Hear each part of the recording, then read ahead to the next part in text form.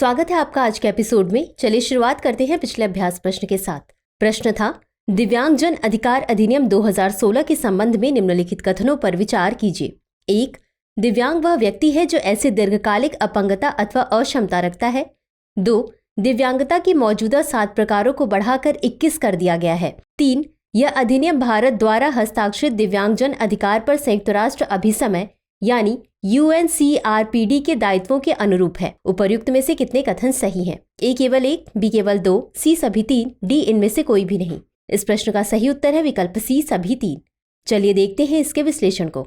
दिव्यांगजन अधिकार अधिनियम 2016। दिव्यांगजन अधिकार अधिनियम 2016 के अनुसार दिव्यांग वह व्यक्ति है जो ऐसे दीर्घकालिक अपंगता अथवा अक्षमता रखता है जो उसकी शारीरिक, मानसिक, बौद्धिक या संवेदी क्षमताओं को प्रभावित करती है।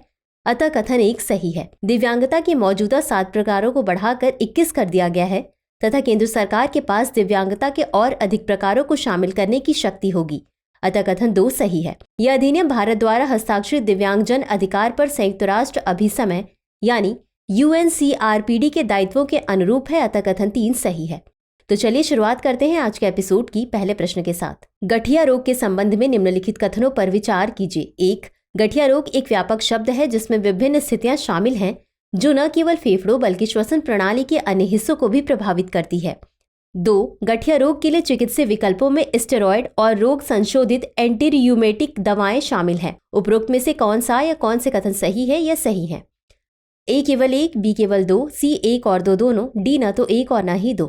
इस प्रश्न का सही उत्तर है विकल्प B केवल 2। चलिए देखते हैं इसके विश्लेषण को। गठिया रोग के बारे में। यह एक व्यापक शब्द है जो गठिया के साथ साथ कई अन्य स्थितियों को संदर्भित करता है जो जोड़ों, टेंडन, स्नायु बंधन, हड्डियों एवं मांसपेशियों को प्रभावित करते हैं।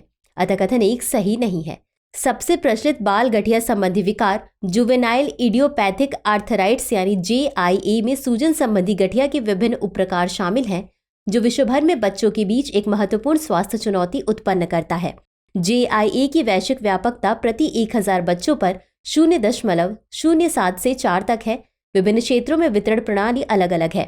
JIA से पीड़ित बच्चों को आमतौर पर जोड़ों में दर्द, सूजन एवं कार्यात्मक सीमाओं का अनुभव होता है जो विशेष रूप से सुबह अथवा आराम की अवधि के बाद होता है। JIA के लिए चिकित्सीय विकल्पों में स्टेरॉयड, रोग संशोधित एंटीरियोमेटिक दवाएं यानी DMARD एवं नई जैविक दवाएं भी शामिल हैं जिनका उद्देश्य प्रतिरक्षा प्रणाली को नियंत्रित करने के साथ उसके लक्षणों का प्रबंधन करना है। अतः कथन 2 सही है। अगला प्रश्न है, प्रधानमंत्री कृषि सिंचाई योजना यानी PMKSY के संबंध में निम्नलिखित कथनों पर विचार कीजिए। 1.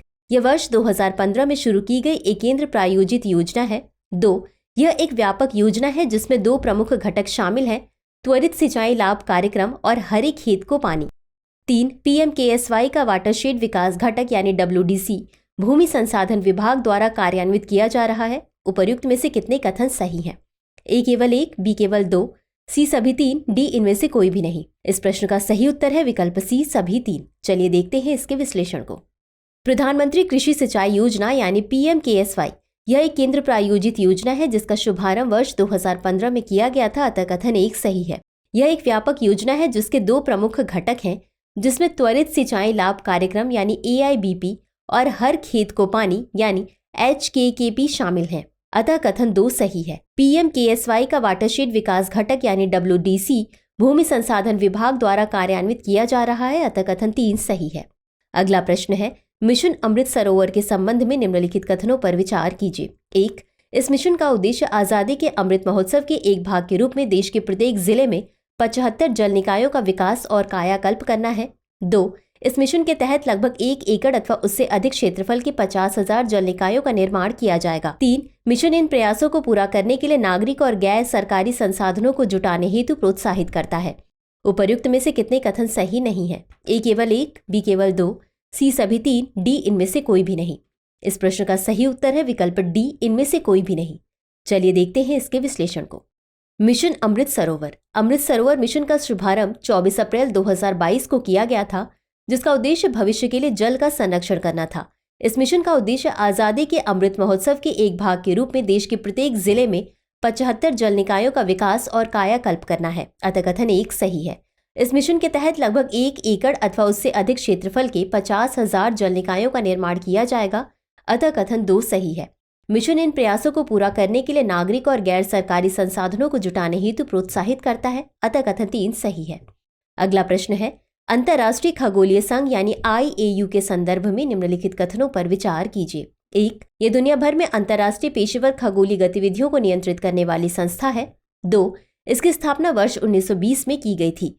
उपर्युक्त में से कौन सा या कौन से कथन सही है या सही है?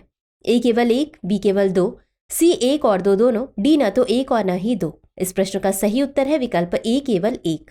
चलिए देखते हैं इसके विश्लेषण को। हाल ही में अंतर्राष्ट्रीय खगोलीय संघ यानी IAU ने चंद्रयान 3 के विक्रम लैंडर की लैंडिंग साइट के लिए स्टेटियो शिव शक्ति नाम को मंजूरी दे दी है। अंतर्राष्ट्रीय खगोलीय संघ यानी IAU दुनिया भर में अंतर्राष्ट्रीय पेशेवर खगोलीय गतिविधियों को नियंत्रित करने वाली संस्था है। अतः कथन 1 सही है। इसकी स्थापना वर्ष 1919 में की गई थी। अतः कथन 2 सही नहीं है।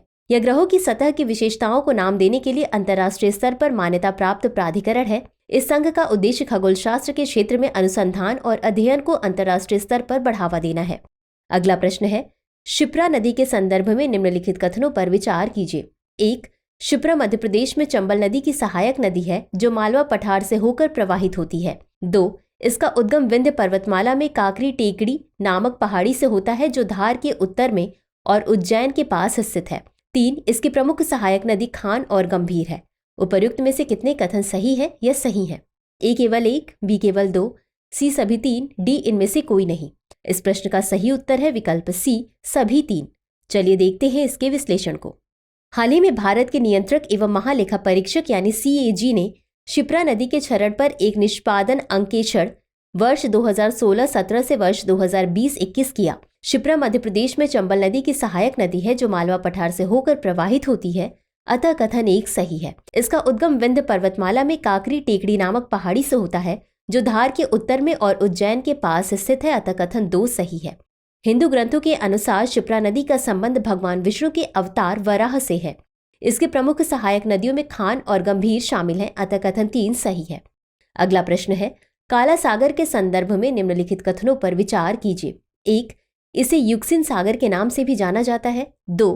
काला सागर के उत्तर और उत्तर पश्चिम में ऑस्ट्रेलिया, पूर्व में रूस एवं जॉर्जिया, दक्षिण में तुर्की तथा पश्चिम में बुल्गारिया व रोमानिया स्थित है। उपर्युक्त में से कौन सा या कौन से कथन सही है या सही है? A केवल 1, B केवल 2, C 1 और 2 दोनों, D न तो 1 और न ही 2। इस प्रश्न का सही उत्तर है विकल्प A केवल 1। चलिए देखते हैं इसके विश्लेषण को। यूक्रेन ने रूस के काला सागर बेड़े पर कई सफल हमले किए जिससे रूस को नुकसान हुआ, जिसके बाद एडमिरल अलेक्जेंडर मोइसेव को रूस के नौसेना का नया कार्यवाहक प्रमुख नियुक्त किया गया। काला सागर को युक्सिन सागर के नाम से भी जाना जाता है। यह विश्व के प्रमुख जल स्रोतों और प्रसिद्ध अंतर्देशीय समुद्रों में से एक है। अतः कथन 1 सही है। अटलांटिक महासागर का यह सीमांत समुद्र पूर्वी यूरोप और पश्चिमी एशिया के बीच स्थित है। काला सागर के उत्तर और उत्तर पश्चिम में यूक्रेन, पूर्व में रूस एवं जॉर्जिया, दक्षिण में तुर्की तथा पश्चिम में बुल्गारिया व रोमानिया स्थित है। अतः कथन 2 सही नहीं है। अगला प्रश्न है, खगोलीय चक्र के संदर्भ में निम्नलिखित कथन पर विचार कीजिए। 1. यह पृथ्वी की कक्षा तथा सूर्य की ओर अभिविन्यास में आवधिक बदलाव को संदर्भित करते हैं। 2. ये चक्र पृथ्वी, सूर्य और सौर मंडल के अन्य ग्रहों के बीच गुरुत्वाकर्षण बलों के कारण होते हैं। उपर्युक्त में से कौन सा या कौन से कथन सही है या सही है? A केवल 1, B केवल 2, C 1 और 2 दोनों, D न तो 1 और न ही 2। इस प्रश्न का सही उत्तर है विकल्प C 1 और 2 दोनों। चलिए देखते हैं इसके विश्लेषण को। नेचर कम्युनिकेशंस जर्नल में प्रकाशित एक हालिया अध्ययन में खगोलीय महाचक्रों और पृथ्वी तथा मंगल की कक्षाओं, ग्लोबल वार्मिंग अथवा शीतलन के साथ गहरे महासागर में कटाव के बीच संबंध के प्रमाण मिले हैं। खगोलीय चक्र पृथ्वी की कक्षा तथा सूर्य की ओर अभिविन्यास में आवधिक बदलाव को संदर्भित करते हैं जो लंबे समय तक हमारे ग्रह द्वारा प्राप्त सौर विकिरण की मात्रा को प्रभावित करते हैं। अतः कथन 1 सही है। ये चक्र पृथ्वी, सूर्य और सौर मंडल के अन्य ग्रहों के बीच गुरुत्वाकर्षण बलों के कारण होते हैं। अतः कथन 2 सही है। इन चक्रों का सिद्धांत पहली बार 1920 के दशक में सर्बियाई वैज्ञानिक मिलुटिन मिलनकोविच द्वारा पृथ्वी पर हिमयुग के चक्रीय पैटर्न को समझाने के लिए दिया गया था, जिसे मिलनकोविच चक्र या मिलनकोविच दोलन भी कहा जाता है। अगला प्रश्न है, सिनेमैटोग्राफ प्रमाणन नियम 2024 के संबंध में निम्नलिखित कथनों पर विचार कीजिए। 1. सभी लेन देन संबंधी विलंब को खत्म करने हेतु पूर्ण डिजिटल प्रक्रियाओं को अपनाने के साथ फिल्म प्रमाणन प्रसंस्करण के लिए समय सीमा कम कर दी गई है। 2. फिल्मों और फीचर फिल्मों में प्रमाणन के लिए बहुत सुविधाओं को शामिल किया जाना चाहिए जिससे उन्हें निर्धारित दिशा निर्देशों के अनुसार दिव्यांगजनों के लिए भी उपलब्ध किया जा सके। उपर्युक्त में से कौन सा या कौन से कथन सही है या सही है? ए केवल 1, बी केवल 2, सी 1 और 2 दोनों, डी न तो 1 और न ही 2। इस प्रश्न का सही उत्तर है विकल्प सी 1 और 2 दोनों। चलिए देखते हैं इसके विश्लेषण को।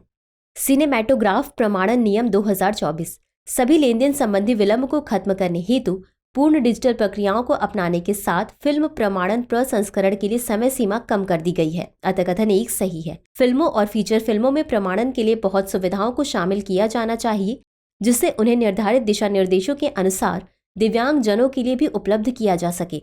अतः कथन 2 सही है। तो चलिए अंत में देखते हैं आज के अभ्यास प्रश्न को। स्वास्थ्य और देखभाल के लिए उचित अंश रिपोर्ट निम्नलिखित में से किसके द्वारा जारी की गई थी? ए विश्व स्वास्थ्य संगठन, बी विश्व बैंक, सी नीति आयोग, डी इनमें से कोई भी नहीं। इस प्रश्न का उत्तर कमेंट बॉक्स में जरूर दें। आज के लिए बस इतना ही। धन्यवाद। डियर व्यूअर्स, अपने एग्जाम की तैयारी को और बेहतर करने के लिए हमारे चैनल को लाइक, शेयर और सब्सक्राइब करना न भूलें।